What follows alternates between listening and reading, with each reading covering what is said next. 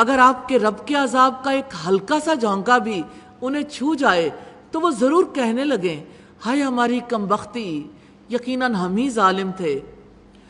آپ بڑے عذاب کی بات کو اگر ایک طرف کر دیں، صرف یہ دیکھیں کہ آندھی زور سے چلنے لگے، آسمان پر بہت زور سے بجلی کڑکے، تب دل کی کیا کیفیت ہو جاتی ہے۔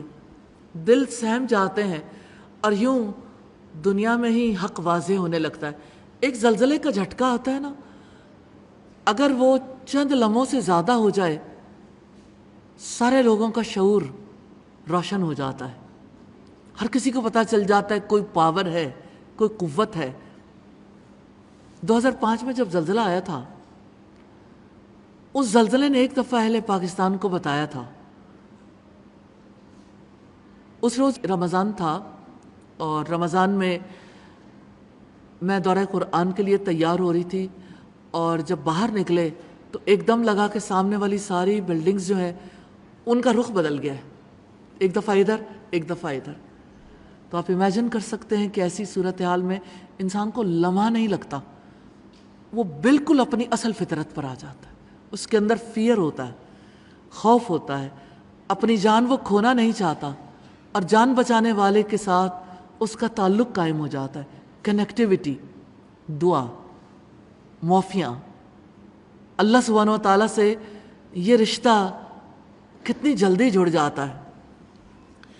انسان اس وقت بے خوف رہتا ہے جب تک اسے کسی کا خوف نہیں ہوتا۔ یہ خوفی کی فضا ہے جس میں انسان اللہ سبحانہ و تعالیٰ کو پہچاننے لگتا ہے، اور ہم قیامت کے دن انصاف کے ترازو رکھیں گے، پھر کسی جان پر کچھ بھی ظلم نہیں کیا جائے گا، اور اگر رائی کے دانے کے برابر بھی ہوگا تو ہم اسے لے آئیں گے، اور ہم حساب کرنے والے کافی ہیں۔ کسی کا عمل اگر رائی کے دانے کے برابر ہو، خواہ وہ نیک عمل ہو یا عمل شر، اتینا بہا، ہم اسے لے آئیں گے، یعنی کسی کا عمل ضائع نہیں ہوگا۔ اور بلا شبہ یقیناً ہم نے موسیٰ اور ہارون کو متقیوں کے لیے فرقان اور روشنی اور ذکر عطا کیا۔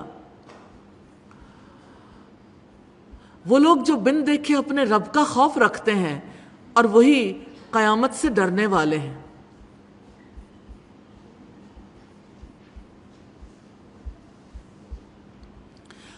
رب العزت نے متقیوں کے اوصاف بیان کرتے ہوئے فرمایا جو اللہ تعالیٰ کو دیکھتے نہیں مگر اس سے ڈرتے ہیں، جن کاموں سے اس نے روکا ان سے بچتے ہیں، حرام سے اجتناب کرتے ہیں۔ متقی وہ ہیں جو اللہ تعالیٰ سے ثواب کی امید رکھتے ہوئے اللہ تعالیٰ کے احکامات کی اطاعت کرتے ہیں، اجر کی امید رکھتے ہیں، اور اللہ تعالیٰ کے عذاب کے خوف سے اس کی نافرمانی سے رکتے ہیں۔ ایسے ہی لوگ اللہ کی کتاب ہدایت سے فائدہ اٹھاتے ہیں۔ کتاب ہدایت سے فائدہ اٹھانے والوں کی خصوصیات ہیں بن دیکھے اپنے رب سے ڈرتے ہیں، قیامت سے ڈرتے ہیں۔ ان خصوصیات کے لیے اللہ سبحانہ و تعالیٰ سے دعائیں کرنے کی ضرورت ہے۔ قیامت سے وہ ڈرتا ہے جو اپنے رب کو پہچانتا ہے، اور رب کی پہچان اسے ہوتی ہے جو اللہ سبحانہ و تعالیٰ کے اسماء و صفات کو جانتا ہے۔